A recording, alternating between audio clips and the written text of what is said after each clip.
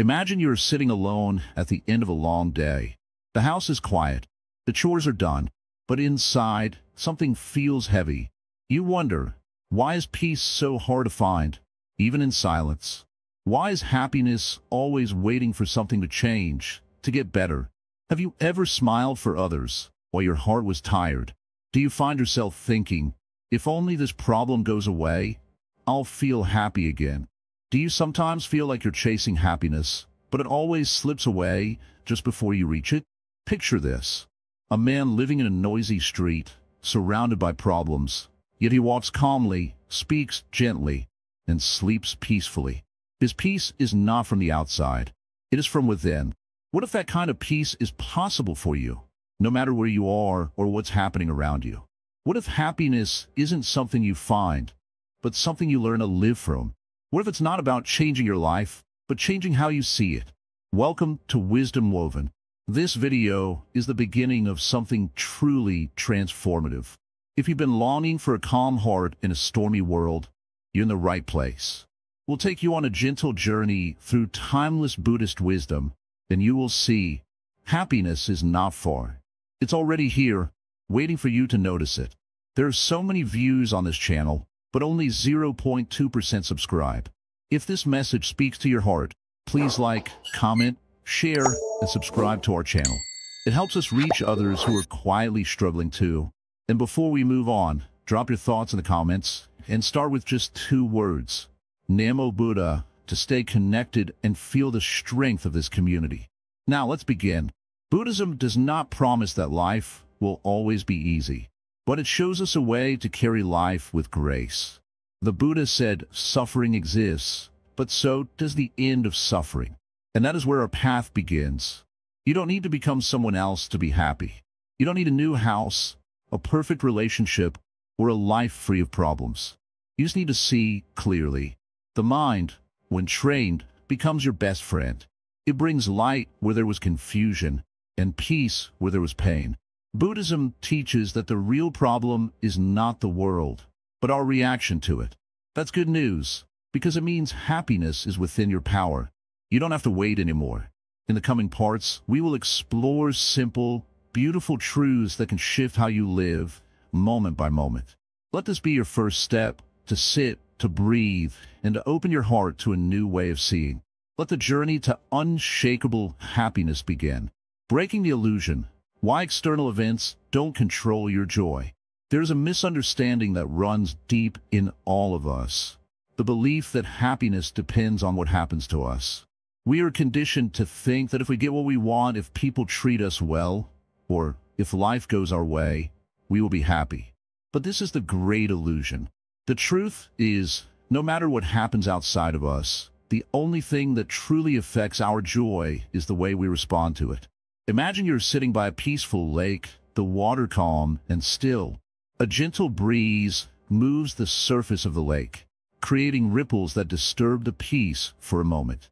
Now imagine that this lake is your mind, and the breeze represents the things that happen in your life, troubles, worries, challenges, and even joy. When the lake is disturbed, it becomes cloudy, and you can't see the clear water beneath. But if you allow the ripples to pass, the water soon becomes still again. In life, these ripples come and go. Problems come, people may upset you, and things may not go as planned. But if your peace and happiness are tied to these events, you will constantly be tossed by the waves of life. In contrast, if your happiness comes from within, it will remain unshaken, just like the lake that returns to calm after the breeze passes. The Buddha, with his profound wisdom, taught that everything in the world is impermanent. No joy, no sorrow, no situation stays forever. This is the natural flow of life.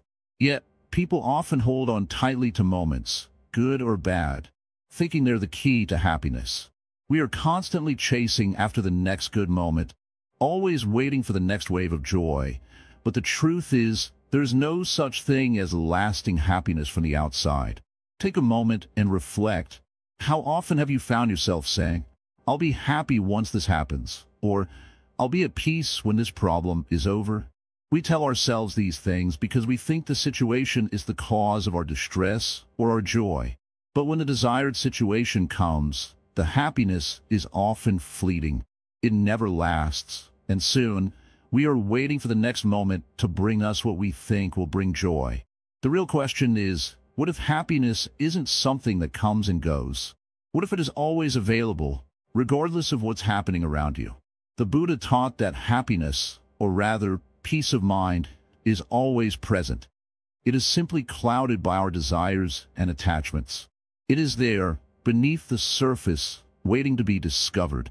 One of the great teachings of Buddhism is that suffering arises from our attachment to things, people, or situations. We want things to stay the way we want them, and when they change or don't go as planned, we experience pain. But if we let go of these attachments and simply experience life as it comes, we can be free from suffering. Consider this.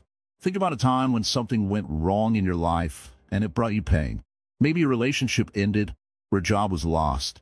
In that moment, it felt as though your world was crumbling. But time passed and you healed. The pain faded and a new chapter began. The truth is, the pain you felt wasn't from the event itself. It was from your attachment to what you thought that event should have been. Had you let go of that attachment, the pain would not have been as deep or lasting. This is why Buddhism encourages us to practice mindfulness and awareness. The more present we are in the moment, without clinging to what we wish would happen, the more we can see things clearly. We can let life unfold as it is, without being swept away by our expectations.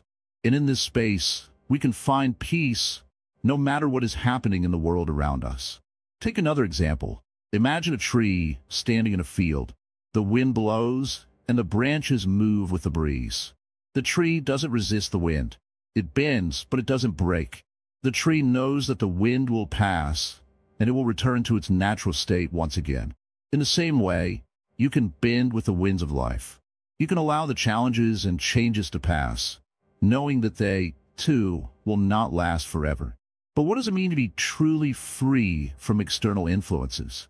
It means that you no longer seek happiness in things, people, or outcomes. You begin to understand that happiness is not found in a perfect world, but in the way you choose to experience the world. It means you no longer wait for external circumstances to change before you allow yourself to feel peace. Instead, you cultivate peace from within. Buddhism doesn't deny the reality of pain or struggle.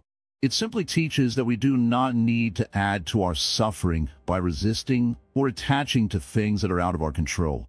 When we accept the impermanence of life and learn to flow with it, we stop giving our power away to the world around us. The key to unshakable happiness lies in understanding that external events do not define us. We are not victims of the world. We are creators of our experience. This realization gives you immense freedom. No longer are you at the mercy of what happens in your life. You can respond with calm, understanding, and peace, regardless of the challenges that arise.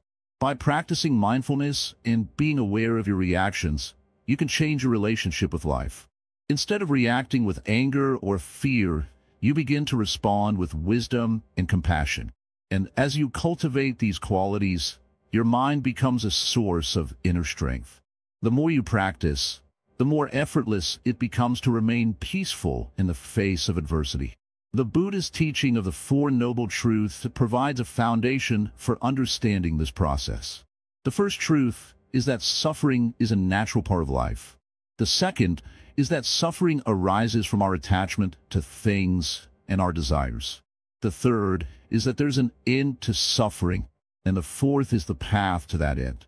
This path involves letting go of attachments, practicing mindfulness, and cultivating virtues like compassion, wisdom, and generosity. When you begin to live in accordance with these teachings, you start to realize that happiness does not depend on what happens to you. It depends on how you choose to respond to what happens. The external world is beyond your control, but your inner world is yours to shape. You are not a passive observer of life. You are an active participant in creating your experience. So, the next time you feel yourself caught up in the waves of life, take a deep breath and remember, the storm will pass. The sun will shine again. And in the meantime, you have the power to remain calm, steady, and unshaken, no matter what comes your way. True happiness comes from within. It's not a destination to reach or a prize to be won. It's a state of being, a way of living that is not dependent on external circumstances. And the more you understand this, the more you will experience peace, no matter what life brings. In the end, the real journey is not to change the world, but to change how we experience it. When we learn to let go of our attachments and embrace life as it is, we find that happiness is not something we have to chase. It's something that is already here within us. The root of suffering, understanding craving, aversion, and ignorance. The Buddha taught that suffering is a part of life, but what does that really mean? We experience many forms of suffering: physical pain, emotional hurt, loss, disappointment. We feel the weight of life's challenges. But is that all there is to suffering? Could there be something deeper, something more subtle that we're not seeing? Imagine for a moment that you're carrying a heavy load on your back, day in and day out. It's a burden, and you feel the strain. But what if you were told that this load wasn't something you had to carry? What if it was something you had chosen to pick up and never put down? And what if the key to freedom wasn't in changing the world around you, but in letting go of that heavy load? The Buddha says that suffering arises from 3 root causes: craving, aversion, and ignorance. These are the foundations of our struggles. Let's take a closer look at each of them. Craving is the desire for things to be different. We want what we don't have, and we're afraid of losing what we do have. This desire shapes so much of our experience. We crave success, happiness, love, recognition, and comfort. But when we can't attain these things, or when they slip away, we feel frustration, disappointment, and sadness. The craving itself is the root of our unhappiness. It's like walking through life with a constant feeling of lack, as if there's something missing, something we need to feel complete. But no matter how much we achieve, how much we accumulate, we always feel a little empty. The Buddha teaches us that this craving, this hunger for more, will never truly satisfy us. It is endless, and as long as we are caught in this cycle, we will never experience lasting peace. Then there's aversion. This is the opposite of craving. While craving pulls us towards something we desire, aversion pushes us away from what we don't want. We resist pain, discomfort, fear, and unpleasant emotions. We want to avoid suffering at all costs. But in resisting these uncomfortable feelings, we only strengthen them. Think about the times when you've tried to push away a difficult emotion. You might have ignored it, distracted yourself, or tried to numb the pain. But the more you try to avoid it, the more it seems to grow. Aversion creates a cycle of resistance, and this resistance is the source of much of our suffering. Now, the third root of suffering is ignorance. Ignorance isn't a lack of knowledge, it's a misunderstanding of reality. It's when we don't see things as they truly are. We believe that our thoughts, our emotions, and our attachments are who we are. We think that the world outside of us is the source of our happiness or misery. But the Buddha teaches that true peace comes from seeing beyond these illusions. We live in a world of constant change. Everything is temporary. Our bodies change, our relationships change, our circumstances change. And yet, we act as if the things around us are fixed, as if they will bring us lasting happiness. We cling to them, thinking they will give us the security we crave. But this is ignorance. We don't see the impermanence of all things. The Buddha's teachings offer a way to free ourselves from these roots of suffering. The first step is to recognize craving, aversion, and ignorance in our own lives. These are not just abstract ideas. They are real forces that shape our daily experiences. We can start to notice them in our thoughts and actions. For example, the next time you feel a strong desire for something, ask yourself, why do I want this? Is this craving going to bring me lasting happiness? Or when you feel anger or fear rising within you, take a moment to notice the resistance. Why do I want to push this feeling away? What am I afraid of? And when you feel attached to something, ask yourself, am I holding on to this because I believe it will make me happy, even though I know nothing lasts forever? This awareness is the beginning of liberation. It's not enough to simply recognize these roots of suffering. We must also learn how to let go of them. How do we do this? Through mindfulness and wisdom. Mindfulness is the practice of being present with whatever arises in our minds and hearts. It's about noticing what's happening right now, without judgment or attachment. When we practice mindfulness, we begin to see craving and aversion for what they are, temporary feelings that don't define us. We begin to see that we are not our desires or our fears. We are not our thoughts. We are simply the awareness behind them. Wisdom comes from understanding the true nature of reality. It's the insight that everything is impermanent, that nothing lasts forever. Our cravings, our aversions, our attachments, they are all temporary. This understanding gives us the courage to let go. We no longer need to chase after what we want, nor do we need to resist what we fear. We can simply be with whatever comes, knowing that it will pass. The more we practice mindfulness and wisdom, the more we begin to unravel the roots of suffering. We stop being controlled by craving, aversion, and ignorance. We stop identifying with our thoughts and emotions. We stop looking for happiness in external things. Instead, we start to find peace in the present moment, just as it is. But this is not an easy path. It requires patience, practice, and a willingness to look deeply into our own minds. It requires a shift in perspective, of recognition that our true nature is not bound by the ups and downs of life. Happiness does not come from what we have or what we do. It comes from understanding who we really are. So, in this moment, take a deep breath. Feel the ground beneath you. Feel the air moving in and out of your body. Let go of the craving for something different. Let go of the aversion to discomfort.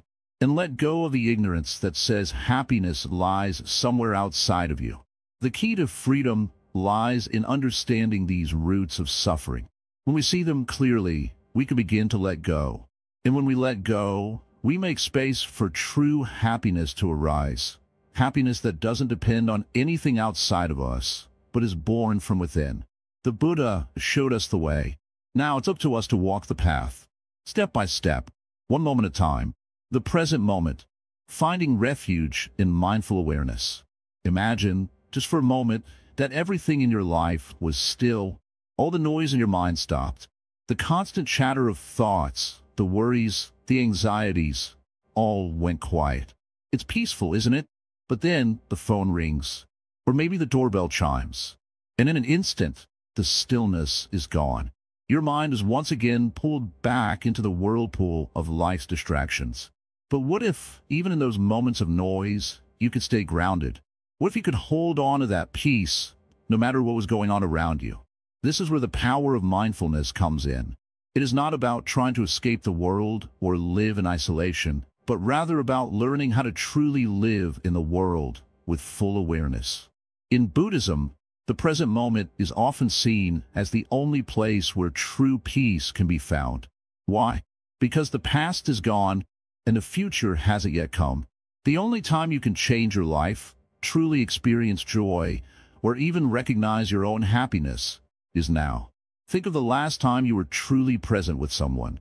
Maybe you were enjoying a simple conversation or just sitting beside them. You weren't thinking about what you had to do next or what happened earlier. You were simply there. That feeling of pure presence, it's precious, it's fleeting, but it's also a key to lasting happiness. You see, the mind has a tendency to either dwell in the past or race into the future. It's constantly jumping from one thought to the next, as though the present moment isn't enough. But the truth is, it's the only moment you can ever control, the only moment that truly exists.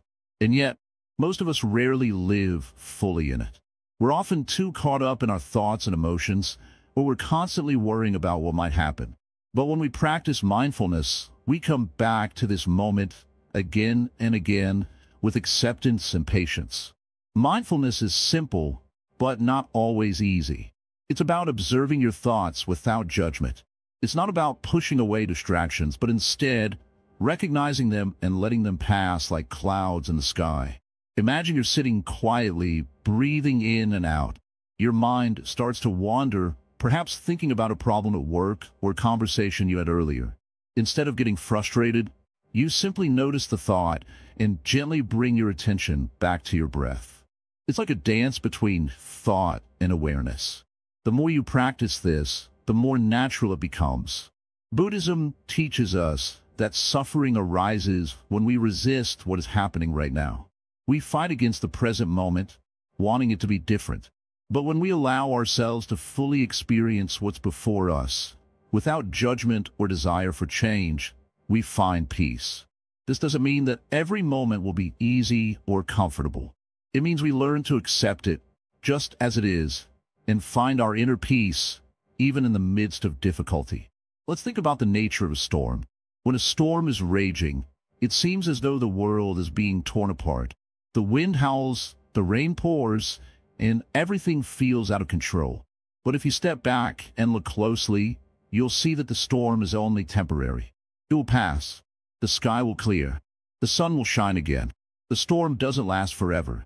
In the same way, the troubles in our lives don't last forever either. But our minds often get caught up in the storm, and that's when we suffer. If we can learn to be mindful, to watch the storm without getting lost in it, we can maintain our peace. When we live mindfully, we realize that everything is impermanent. The good things, the bad things, the happy moments, the sad moments, they all come and go. By understanding this, we can begin to let go of our attachment to them. We stop holding on to the past, hoping for a time that was better. We stop anxiously waiting for the future, believing that it will bring us happiness. Instead, we simply learn to be with what is, right here, right now. This practice is incredibly powerful because it transforms how we see the world. When we are present, we no longer react out of habit or fear. We respond with wisdom and clarity. It's like learning to drive a car. At first, everything is overwhelming, steering, braking, checking the mirrors, all at once. But with practice, it becomes second nature. You move with the road instead of against it. Life is the same. The more we practice mindfulness, the more natural it becomes to stay calm and centered, no matter what happens. In this practice, we also begin to notice how often we are disconnected from the present. How often do we eat without tasting our food, or talk without really listening? How often do we walk in a hurry, thinking of the next place to be, instead of just feeling the ground beneath our feet? These small moments, when we are not fully present, add up over time, and they take away from our ability to experience life as it truly is: beautiful, simple, and enough. But when we start bringing our attention back to the present, we begin to experience life in a new way. We notice the small things, the warmth of the sun on our skin, the sound of birds outside, the taste of our food. These little moments, which once went unnoticed, now become sources of joy. It's a simple shift, but it makes all the difference. Imagine waking up in the morning with a sense of calm, not rushing to check your phone or think about your to-do list. Instead, you take a deep breath and appreciate the new day. You notice the quiet of the morning, the softness of your bed, the beauty of the moment. It's not about waiting for the perfect circumstances. It's about finding contentment in what's already here. Mindfulness is not just a practice for meditation. It's a way of living. It's about carrying awareness into every part of your day. Whether you're walking, eating, working, or talking with someone, you can bring mindfulness into those moments. And with time, you'll begin to notice how your reactions change. You won't be as quick to anger, to judge, or to feel overwhelmed. You'll find that the noise of the world can still exist, but it no longer disturbs your peace. In the end, mindfulness is not about achieving something. It's not about becoming someone else. It's about remembering who you truly are, the person who can find peace even in the midst of life's chaos.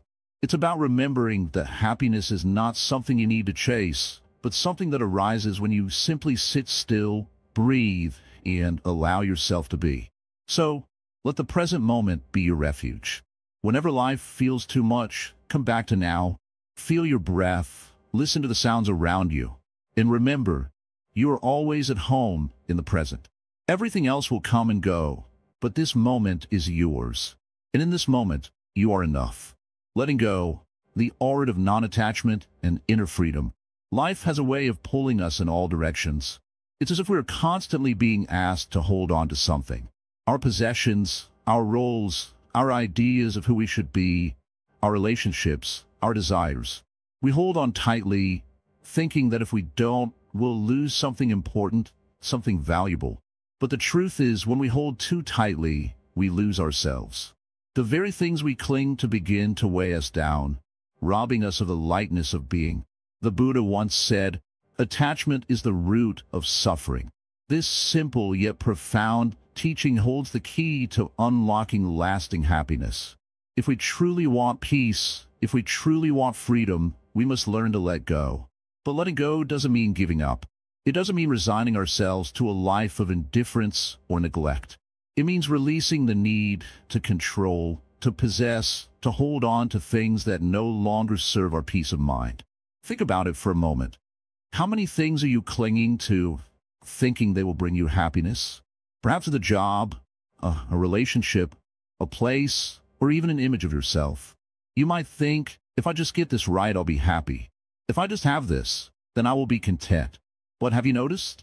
No matter what you acquire, no matter how much you achieve, the feeling of happiness is often fleeting. It doesn't last. You may have experienced moments of joy, but they slip through your fingers like sand, and soon you find yourself reaching for something else. The truth is, happiness is not something to possess or achieve. It's not something you can hold on to. It's not about getting more or holding on tighter. It's about releasing the grip and allowing life to unfold as it is. The more you hold on, the more you limit yourself. The more you try to control, the less control you actually have. Freedom comes when you stop trying to control the world and start letting it be. In Buddhism, we talk about non-attachment. But non-attachment is not the same as detachment. Detachment implies a sense of indifference or coldness, like shutting yourself off from the world. Non-attachment, on the other hand, is a state of openness. It's a willingness to experience life without being bound by it. It's about enjoying what you have without being afraid of losing it. It's about fully participating in the world while knowing that nothing is permanent. Let's take a moment to think about something that is important to you. Maybe it's your family, your health, your work, or even your favorite possession. Now, imagine if that thing were to disappear tomorrow. How would you feel? Most likely, you would feel a mix of sadness, fear, and loss. And this is natural. But here's the deeper question. Why do we feel this way? It's because we have tied our happiness to that thing. We have attached our sense of well-being to something outside of ourselves. When that external thing is threatened or taken away, our sense of peace is disturbed. But here's the liberating truth. Your happiness does not depend on external circumstances. Your true happiness comes from within, from a mind that is free from attachment. When you can let go of the need to control, when you can stop holding on so tightly, you open yourself up to something far greater. You open yourself up to life itself. This doesn't mean you stop caring about the people and things you love. It doesn't mean you stop working towards your goals. It simply means you stop clinging to them as though they're the source of your happiness. You begin to see that happiness is already within you. It's not something to chase or possess. It's something to awaken within yourself. Imagine, for a moment, that you're holding a beautiful flower in your hand. The flower is delicate and fragrant, and you enjoy its beauty. But now, imagine you begin to grip the flower too tightly. The petals begin to bend and break. The fragrance begins to fade. The more tightly you grip it, the more you damage it. Now, imagine you loosen your grip. You hold it gently, with respect for its natural beauty. You enjoy the flower for what it is, without fear of losing it. The flower is still there, but you no longer need to control it. It is free, and so are you. This is the essence of non-attachment. It is not about abandoning the world. It is about finding a way to live in it without being trapped by it. It is about enjoying the beauty of life without allowing it to become your prison. When you let go of your attachments, you find a sense of freedom you never knew was possible. You're no longer bound by the need for things to be a certain way. You're no longer driven by the desire for approval or success. You are free to live fully, to experience life as it is, without the fear of losing it. Buddhism teaches us that everything in life is impermanent. Our bodies, our relationships, our possessions, even our thoughts. Everything is changing, constantly in motion. When we try to hold on to things that are meant to change, we are fighting the natural flow of life. But when we learn to embrace change, to accept that everything is fleeting, we can experience true freedom. When you let go of attachment, you stop resisting the flow of life. You stop fighting against what is. You stop wishing for things to be different and start accepting things as they are. This acceptance does not mean you give up or become passive. It means you embrace life's changes with an open heart. You accept the impermanence of all things, and in doing so, you find peace. You may wonder, how do I begin this process of letting go? The first step is to become aware of your attachments. Look closely at your life and ask yourself, what am I holding on to that causes me stress or pain? Is it a relationship, a goal, a fear, or a desire? Once you identify these attachments, ask yourself, what would happen if I let go of this? What would happen if I stopped clinging so tightly? Letting go is a process. It doesn't happen overnight, and it's not always easy. But each time you let go of something that no longer serves you, you take a step closer to freedom. You learn to trust life, to trust that it will unfold as it should, without your constant intervention. In Buddhism, there's a practice known as the middle way. It's the path of balance, the path between extremes. Non-attachment is part of the middle way. It is not about denying your desires or giving up on your dreams. It is about finding balance, caring deeply without clinging, striving without attachment. When you live in this way, you find peace. You find happiness, not because of what you have, but because you no longer depend on anything for your peace. The practice of letting go is not something you do once and then forget. It is a continual practice, a moment-to-moment awareness. Each time you find yourself clinging to something, take a deep breath and remember, this too shall pass. You can release your grip, and in doing so, you free yourself. So let go. Let go of the need for control. Let go of the need for approval. Let go of the fear of loss. And in doing so, you will discover a happiness that is not bound by circumstances, but is rooted in your own heart. This is the art of non-attachment. This is the path to inner freedom. The middle path, living with balance, not extremes. In this journey of life, there is a tendency to swing from one extreme to another. We often find ourselves in a hurry to achieve something, believing that if we push hard enough, we will finally find happiness. At other times, we retreat completely, thinking that by avoiding the challenges of life, we can find peace. Yet, both extremes leave us feeling unsettled. So, what is the path that brings balance? The Buddha teaches us about the middle path, a path that avoids the extremes of indulgence and denial, leading to a harmonious way of living. Imagine a tightrope walker. If they lean too far to one side, they fall. But if they remain balanced, they move forward with grace. Life is much the same. When we overindulge, thinking that more is always better, we eventually become overwhelmed. On the other hand, if we overrestrain ourselves, believing that pleasure is always wrong, we also create tension and dissatisfaction. The middle way allows us to experience life fully, without being controlled by our desires or fears. The middle path does not ask us to stop desiring or to stop seeking pleasure.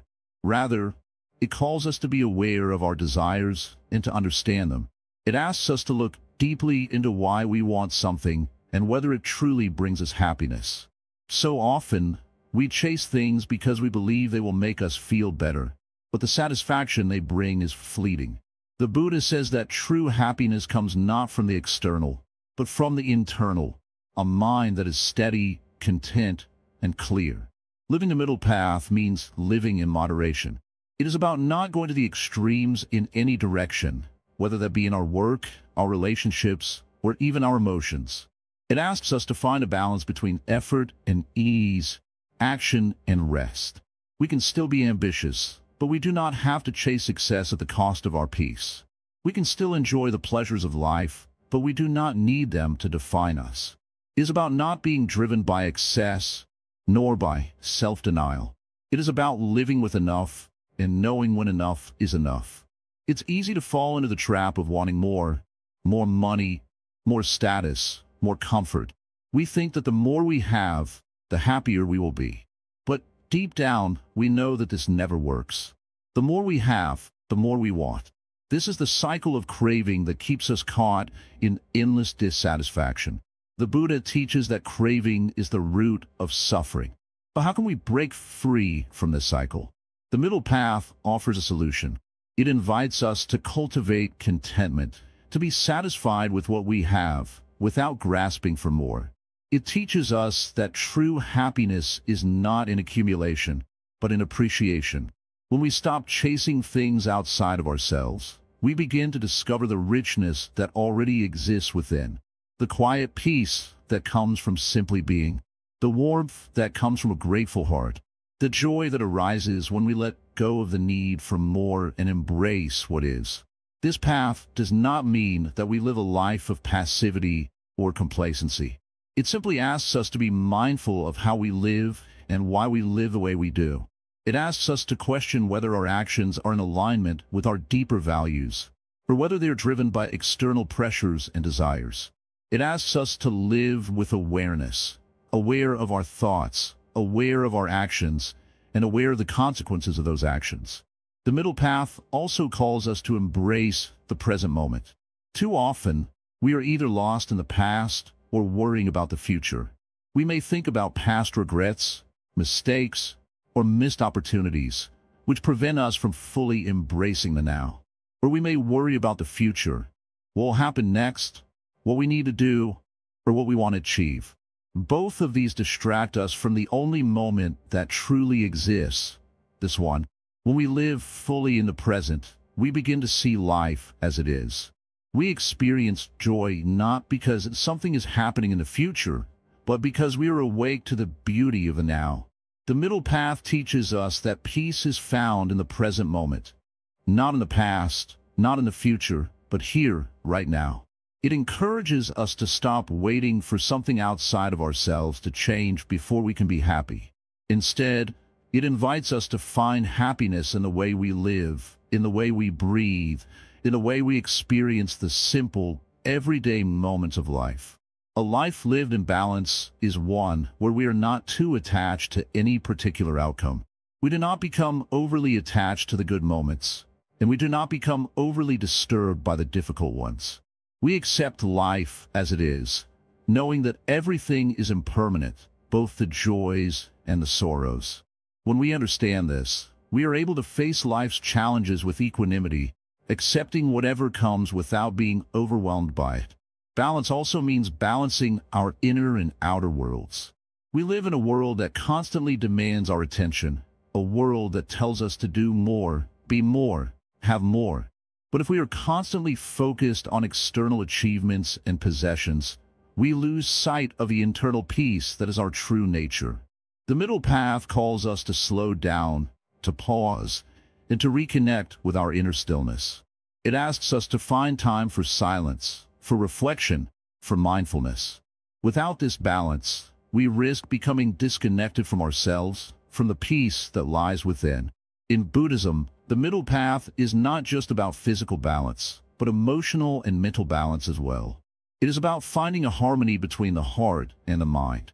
Often, we find ourselves caught in emotional extremes: anger, jealousy, sadness, and so on.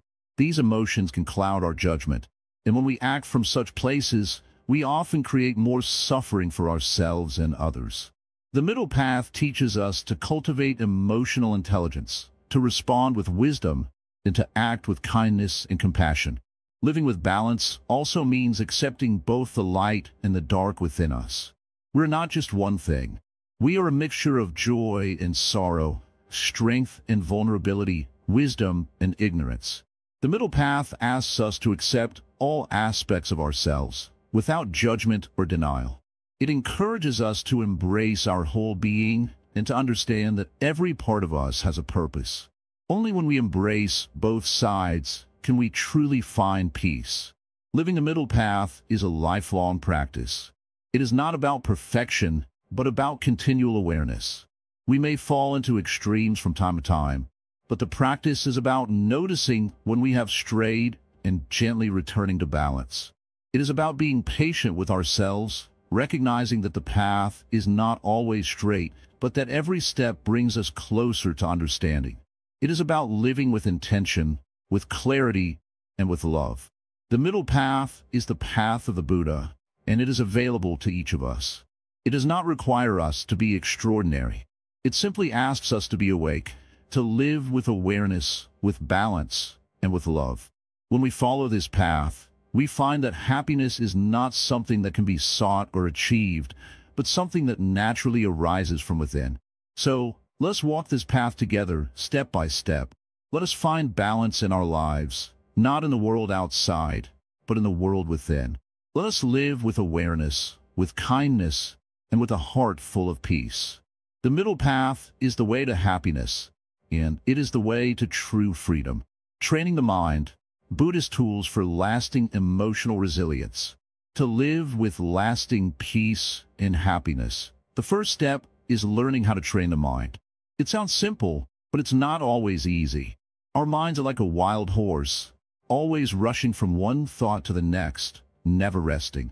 It's this constant chatter, this endless pursuit of what's next, that keeps us from finding true peace. But Buddhism teaches that we can train the mind, just as we can train any other skill. And with this training comes the power to handle whatever life throws our way. The mind, when left unchecked, holds onto the past. It clings to memories of pain, disappointment, and regret. It worries about the future, imagining all the things that could go wrong. But the mind is not your enemy. It's just untrained. When we begin to recognize this, we can start to guide it, rather than be ruled by it. One of the simplest yet most powerful tools for training the mind is mindfulness. Mindfulness is the practice of being fully present in the moment, without judgment. It's about noticing what's happening right now, without letting the mind drag you away to past regrets or future worries. When we are mindful, we stop reacting automatically to life's challenges. Instead, we respond with clarity and calm. Imagine walking through your day with the awareness of every step. You feel your feet on the ground. You notice the sounds around you. You observe your thoughts and emotions, but you do not become them. You don't judge yourself or the situation. You just notice it. This is mindfulness, and it helps us train the mind to be calm and focused, no matter what is happening around us. But mindfulness alone is not enough. We must also learn to cultivate positive qualities like compassion and equanimity to strengthen our emotional resilience. These qualities don't come naturally to most of us, especially in difficult times. When life challenges us, our first instinct is often to react with anger, frustration, or fear. But these reactions only create more suffering. Compassion and equanimity, on the other hand, allow us to face life's difficulties with calm and understanding. Compassion, in its simplest form, is the ability to feel for others. It's recognizing that everyone, just like you, faces challenges and struggles. When we cultivate compassion, we stop seeing others as obstacles to our happiness. We see them as fellow travelers on the same journey. We understand that their pain is just like ours, and that in helping them, we help ourselves. Equanimity is the ability to remain balanced, no matter what happens. It's the inner peace that comes from knowing that life is full of ups and downs, and that neither the good nor the bad lasts forever. Equanimity doesn't mean we don't care about what happens. It means we don't allow ourselves to be tossed around by the waves of life. We stay steady, no matter the storm. When you train the mind in mindfulness, compassion, and equanimity, you begin to see a profound shift in your ability to handle life's challenges. You stop reacting from a place of fear or anger. You start responding from a place of wisdom and calm. Life doesn't become easier, but you become stronger. You become someone who can face any situation with an open heart and a steady mind. One of the most powerful practices in Buddhism for training the mind is meditation. Meditation is not just about sitting still. It's about training the mind to focus, to be present, and to let go of distractions. In meditation, we learn to quiet the noise in our heads and return to the present moment. It's in these moments of stillness that we begin to reconnect with our true nature. At first, meditation can feel difficult. The mind is not used to being still, and it will resist. Thoughts will come up, distractions will arise, and you may even feel frustrated. But this is part of the process. In those moments, remember, the goal of meditation is not to stop thinking altogether. It's simply to notice when the mind wanders and gently bring it back. Each time you bring the mind back, you're training it to be more focused, more present, more peaceful. Meditation doesn't have to be a long practice. Even just a few minutes a day can have a profound effect. Over time, as you make it a regular habit, you'll notice that the calm and clarity you experience in meditation starts to carry over into your everyday life. You'll find that you're able to handle stress more easily, make decisions with more clarity, and experience more joy, even in difficult situations. Another important tool for training the mind is the practice of gratitude. In Buddhism, gratitude is considered one of the most powerful antidotes to suffering. When we focus on what is going well in our lives, instead of what is wrong, we begin to shift our perspective. Gratitude reminds us of all the good we already have, and it opens our hearts to more blessings. It helps us appreciate the present moment, just as it is. Gratitude is not just about saying thank you. It's about cultivating an attitude of appreciation in everything you do. It's noticing the beauty around you, the kindness of others, and the small joys in your life. When we live with gratitude, we stop focusing on what we don't have and start appreciating what we do. This shift in mindset brings us closer to lasting happiness. As you train your mind in mindfulness, compassion, equanimity, meditation, and gratitude, you will find that your emotional resilience begins to grow. Life's challenges may still come, but you will no longer be swept away by them. Instead, you will meet them with a calm heart, a clear mind, and a deep sense of peace. The more you practice, the easier it becomes. The key is consistency. Just as physical strength is built through regular exercise, emotional strength is built through regular practice. You may not see immediate results, and that's okay. Like any skill, training the mind takes time. But with patience and persistence, you will begin to notice small shifts in your experience of life. You will feel more at peace, more grounded, and more capable of handling whatever comes your way. Remember, the goal of training the mind is not to eliminate all suffering, but to change our relationship with it. We can't control what happens in life, but we can control how we respond.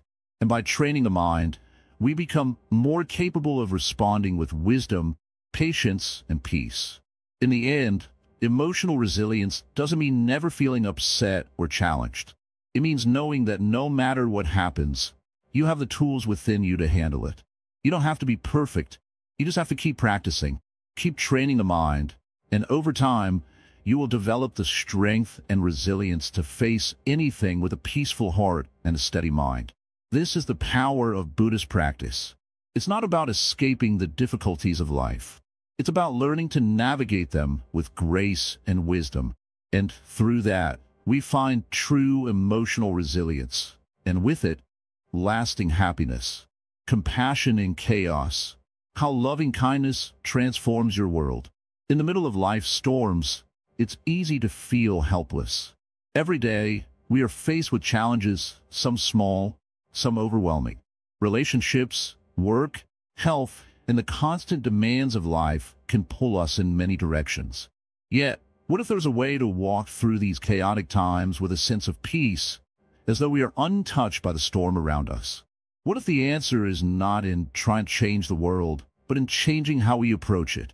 Buddhism teaches us something powerful. True peace comes not from avoiding difficulties, but from cultivating a heart full of compassion, even in the most difficult times. This is not just kindness toward others, but a profound kindness toward ourselves as well. When we practice compassion, we step into a space where we are no longer at war with the world. Instead, we find a deep connection to everything around us, a quiet understanding that allows us to move through the chaos with grace. It begins with seeing suffering as part of life, not something we need to fix or avoid. In every person you meet, in every situation that challenges you, there's an opportunity to practice compassion. This might feel strange at first. Why should we show compassion to someone who is rude or to a situation that is difficult? But Buddhism teaches us that compassion is not a reward for good behavior. It is a gift we give ourselves.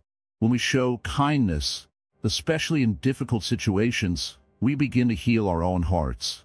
We stop feeding the anger and frustration that cloud our peace of mind. Instead, we make space for love, even when the world seems unlovable. Think about a time when someone showed you kindness during a hard moment. Maybe it was a simple gesture, a smile, a kind word, or a helping hand. You didn't need them to solve all your problems. What you needed was to feel seen, understood, and loved. Compassion is not about fixing things.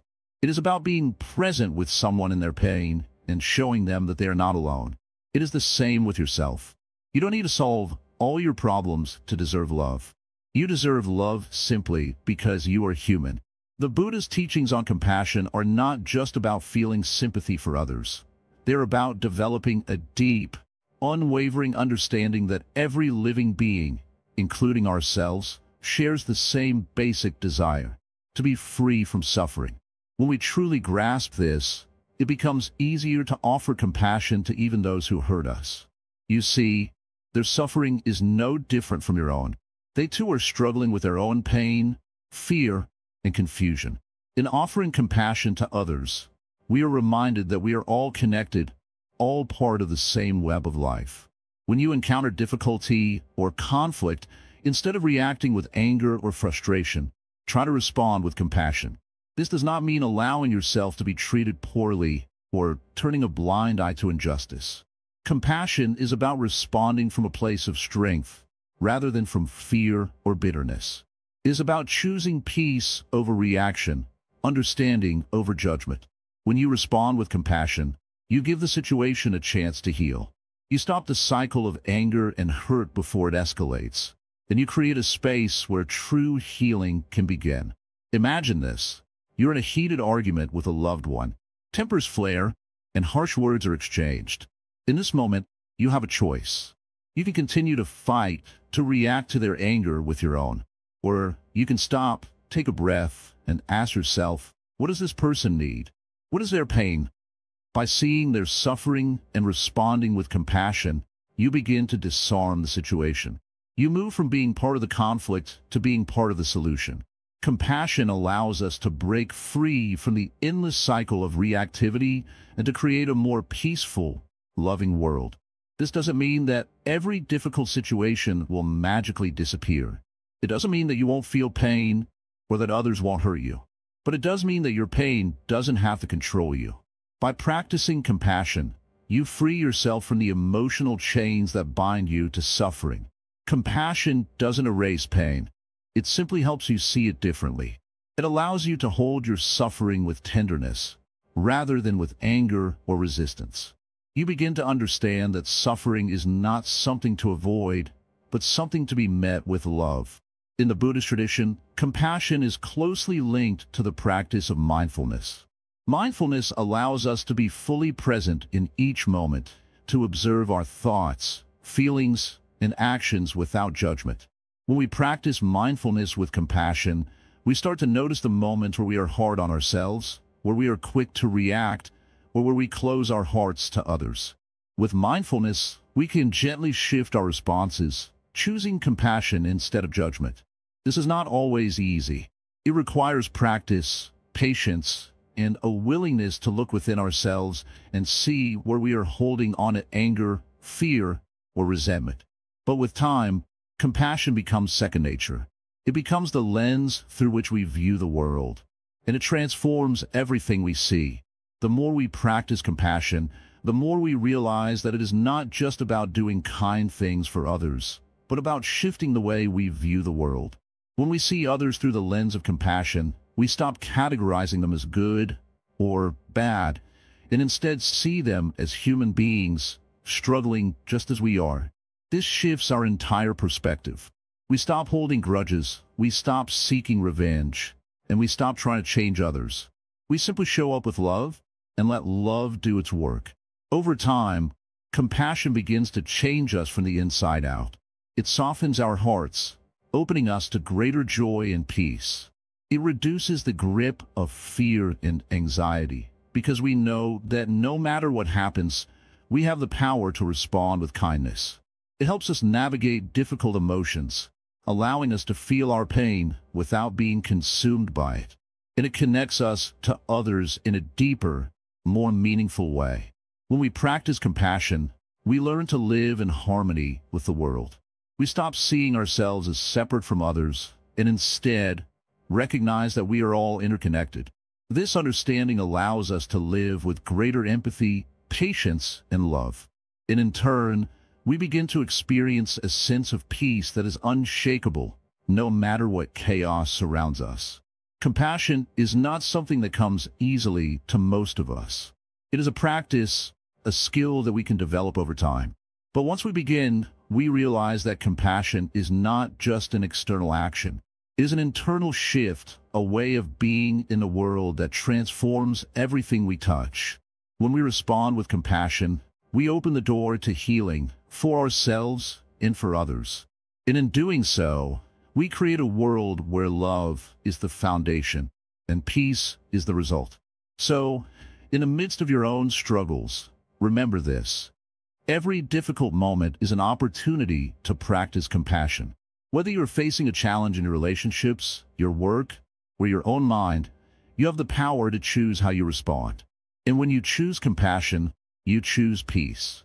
The inner sanctuary, creating a peaceful mind amid life's storms. In the midst of our busy lives, there is a quiet place within, a space untouched by the constant demands of the world. It is a sanctuary, a peaceful mind, where we can find stillness no matter what is happening around us. This place does not exist outside of us. It is within, and it is always available. The challenge is to find it. Have you ever noticed how easy it is to get caught up in the chaos of the world? Every day, there are endless distractions, thoughts, worries, tasks, and emotions that pull us in different directions. It feels like the world is constantly pressing in, and we're just trying to keep up. But deep inside, there's a part of you that is untouched by all of this. That part of you is the calm in the storm, the place of peace that is always present, even when everything else seems out of control. The teachings of Buddhism show us that this peaceful place within us is not some distant goal to be achieved, but a reality we can tap into right now. It's not about waiting for the world to change or for our lives to be perfect. It's about learning to quiet the mind, to still the waves of thoughts and emotions, so we can experience the peace that is always available. To find this peace, we must first understand that the mind is like a pond. When the pond is calm, the reflection of the sky is clear. But when the pond is disturbed, the reflection is blurry. Our minds are the same way. When our thoughts and emotions are turbulent, the clarity of our true nature is hidden. But when we learn to still the mind, we can see clearly. This is the key to finding inner peace. How do we still the mind? The first step is to become aware of how it works. We have to observe our thoughts without judgment, without getting caught up in them. Most of us are constantly lost in our thoughts, reacting to them as if they are the truth.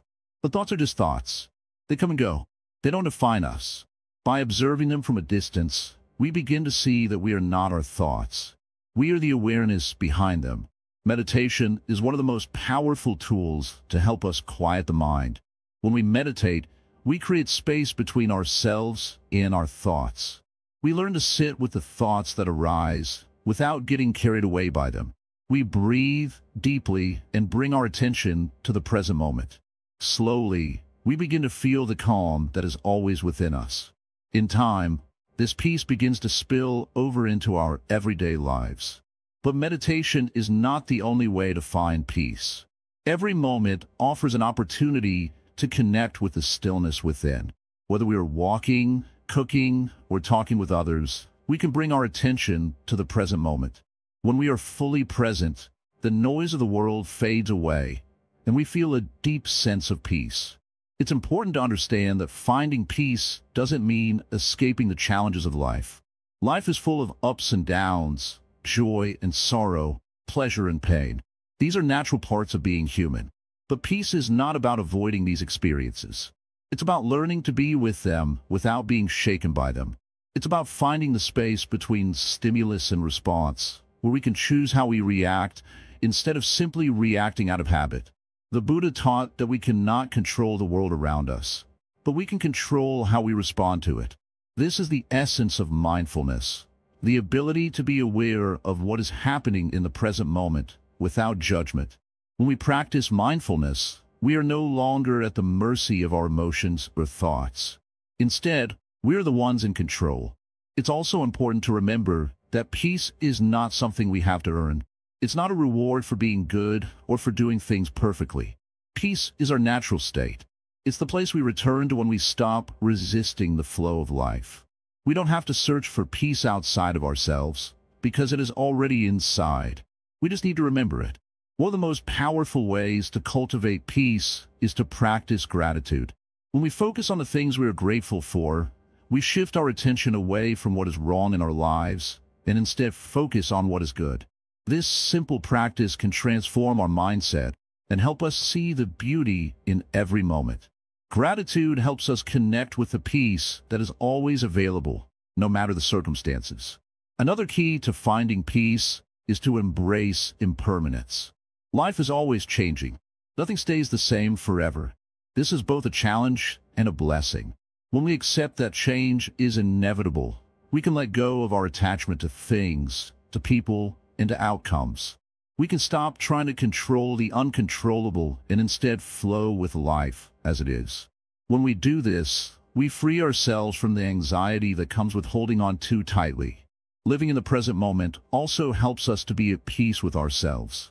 We are often our own worst critics, constantly judging ourselves for what we did or didn't do. But when we learn to accept ourselves as we are, we can let go of that inner criticism. We don't need to be perfect. We are already enough. The peace we seek is not something we have to strive for. It's something we can simply allow to emerge when we stop fighting against it. And what about when life feels particularly difficult? When the storms of life seem overwhelming, it can be hard to find peace. But even in the most challenging moments, there is always a choice. We can choose to stay present, to breathe deeply, and to remember that this moment, like all moments, will pass. We can choose to find peace even in the midst of pain. One of the most powerful teachings of Buddhism is the idea of equanimity, maintaining a balanced mind regardless of the external conditions. Equanimity doesn't mean being indifferent or detached from life. It means being fully engaged with life, but without being overwhelmed by it. It means experiencing joy and sorrow, success and failure, with the same calmness and acceptance. When we cultivate equanimity, we are no longer at the mercy of the world. We are grounded in our own inner peace. Remember, peace is not a destination. It is a way of being. It is a choice we make every day, in every moment. It is a practice, a commitment to living mindfully and with intention. It is not about waiting for the world to change. It is about changing how we relate to the world. When we create a peaceful mind, we create a peaceful life. And when we live from a place of peace, we are able to share that peace with others. The more we cultivate peace within ourselves, the more we contribute to the peace of the world. It starts with us. It starts with you. So, take a deep breath. Feel the calm that is already within you. Know that no matter what happens in life, you have the power to return to this place of peace. It is your birthright, and it is waiting for you to remember it. From reaction to response, living deliberately with equanimity. Imagine a day when everything seems to be going wrong. The traffic is heavy. Your plans are disrupted. The phone rings with news you didn't want to hear. And in the midst of it all, you feel the rising tide of frustration, anger, or anxiety. It's like the world is pushing against you. Then you can feel your peace slipping away. But what if in the middle of this storm you could pause? What if, instead of reacting with impatience, anger, or fear, you could choose to respond with calm. What if the moment you felt that rush of emotions, you could take a step back, breathe deeply, and remember your center? This is where equanimity comes into play. It's the ability to remain steady, no matter what happens around you. In Buddhism, equanimity is one of the most cherished qualities. It's not a state of indifference or numbness, but a deep understanding and acceptance of life as it is. The storms of life will come. They always do. But equanimity teaches us that we don't have to be swept away by them. Think of it like a calm pond. When a stone is thrown into it, the water ripples, but the pond does not lose its nature. It may ripple for a moment, but soon enough, the water returns to its stillness. In the same way, you can experience moments of disturbance in your life. Emotions like anger, frustration, or sadness may arise. But with equanimity, you don't have to hold on to those emotions or let them control you. You can allow them to come, acknowledge them, and then let them go, just as the pond lets the ripples fade away. This ability to respond instead of react is not something you are born with.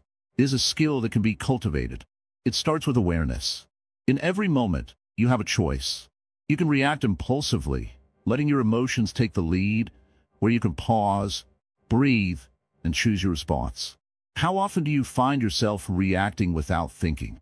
Perhaps someone says something hurtful, and you immediately feel the sting, followed by the urge to lash out. Or maybe a situation isn't going the way you hoped, and your mind starts to spiral into frustration. These are the moments that test your equanimity. The natural tendency is to react, to feel that rush of emotion, to act impulsively. But what if, in those moments, you could choose to stay still? What if you could take a deep breath and say, I don't need to react right now. I can pause and choose a response that reflects the peace I want to hold inside. It's a radical shift in how we live. And it's not about pretending everything is fine when it's not. Equanimity doesn't mean ignoring your feelings or pretending you're unaffected by difficult situations. It means allowing your feelings to arise without letting them control you. It means accepting that you're human and will have moments of anger, frustration, or sadness, but that these emotions do not define you. They are temporary. They will pass. When we react impulsively, we often act from a place of fear, insecurity, or attachment. We react because we feel threatened, because we want something to be different, or because we fear losing control. But when we learn to respond with equanimity, we move from a place of wisdom. We understand that life is ever-changing. We can't control everything, but we can control how we respond to it. This is not an easy practice. In fact, it could be one of the most challenging aspects of living with mindfulness. But it is also one of the most liberating. When you stop reacting to life, you free yourself from the cycle of suffering. You stop being a slave to your emotions and your circumstances. You become the master of your own response. To develop this ability, it's important to begin with small moments. Don't wait for a crisis to test your equanimity. Start with the everyday moments that challenge you. When someone cuts in front of you in traffic, instead of honking your horn or feeling angry, take a deep breath. Remind yourself that this moment does not need to steal your peace. When your plans are interrupted, instead of getting frustrated, pause. Ask yourself, what can I learn from this moment? How can I respond with kindness and understanding? As you practice, you'll find that these small moments of choice add up. Over time, your ability to remain steady in the face of life's challenges will grow. You will become less reactive and more mindful in your responses. And slowly, you will build a reservoir of calm that you can tap into no matter what life throws your way. Equanimity also teaches us that nothing in life is permanent. The situations we find ourselves in, the good and the bad, they will change. The challenging moments will pass, and so will the moments of happiness. Life is a constant ebb and flow. When we react with attachment, we hold on to what we want and resist what we don't want. This causes suffering. But when we cultivate equanimity, we accept the impermanence of all things. We allow ourselves to experience life fully, without clinging or pushing away. We live in harmony with the flow of life, knowing that all things, whether they seem good or bad, are temporary. As you go through your days, remember this. You don't have to be at the mercy of your emotions. You don't have to be tossed around by the waves of life. With equanimity, you can stand firm. You can face the storms of life with the peace of someone who knows that no matter what happens, they're always safe within themselves. This practice isn't about suppressing your emotions. It's not about pretending that everything is okay when it's not. It's about learning to be with your emotions without letting them control you. It's about recognizing that you are not your emotions. You are the awareness behind them. And as you become more aware of this, you'll find that you have more choice in how you respond to the world. The more you practice equanimity, the more you'll realize that you can live your life with a quiet, unshakable peace. You can remain calm in the face of adversity. You can face challenges with a steady mind and an open heart. And most importantly, you can be free. Free from the need to react. Free from the need to control. Free from the chains of suffering that come from attachment and resistance. In the end, equanimity is not just about how you handle the difficult moments. It's about how you live every moment, with clarity, with peace, and with a deep understanding of the impermanence of all things. It's about living deliberately, responding to life with wisdom, and finding peace in every breath you take. So, as you move through your life, remember that you always have a choice. You can react, or you can respond. You can let the world control you, or you can choose to remain steady. The choice is yours. And as you choose equanimity, you'll find that the world becomes a much more peaceful place. The unshakable heart, living a joyful life no matter what. Sit down quietly now. Let the world pause. Just for a few moments, let the noise outside fade and listen with your heart. You have walked far. From the first step of wondering how to stay happy, even when life is not easy, to now, when you begin to understand that happiness was never lost. It was only hidden beneath thoughts, fears, and old habits. You don't need to escape life. You only need to meet it with a calm and open heart. And that heart, your heart, is unshakable when it is clear and still. We spoke before of suffering, of worry, of attachment, of letting go. But now, let me tell you something simple, something final. You're not broken. You were never broken. You were only tired. You were only confused, thinking the storm outside had entered your soul. But the storm was always outside. The inside of you, the real you, has always been sky. Wide, open, free. Happiness is not a big smile. It's not excitement. It's not about everything going right. It's a quiet joy that does not leave, even when things go wrong. That joy comes when you stop fighting life and instead begin to trust it. You might ask, how can I trust life when it has hurt me? How can I keep smiling when people disappoint me? How can I stay calm when I've lost so much? My answer is this. You're not here to hold everything. You are here to let it all pass through you. The joy, the pain, the love, the loss. Just like the wind moves through trees, life moves through you. And if you stop holding on so tightly, if you allow it all to pass, you will see you're still standing. This is the way of the unshakable heart. It does not resist life. It receives it. It watches like a mountain watches the sky change. Clouds come and go. Sun and rain take turns. But the mountain stays still. You have learned much on this path. You have seen how desire creates suffering, how attachment becomes a trap, how clinging to pleasure or running from pain only creates more pain. And now you see, peace does not come by fixing the world. It comes by knowing your mind, watching it, calming it, trusting it, and not believing every thought that rises. Even now a thought may say, it's too hard. Another may whisper, you're not strong enough. But remember, these are just clouds. Let them pass. You don't need to argue with them. You don't need to follow them. Just come back to now. Just sit. Just breathe. When you stop needing life to be different, it becomes beautiful. When you stop needing people to behave a certain way, you begin to love them as they are. When you stop running after happiness, it finds you. All this begins with presence, with awareness. The Buddha never said life would be perfect, but he showed us a way to live it fully without being crushed by it. You can lose money and still be rich. You can lose a friend and still be full of love. You can grow old and still be free. The unshakable heart is not cold. It feels deeply, but is not owned by feelings. It lets them rise. It lets them fall. And in the middle of it all, it stays steady like the center of the wheel.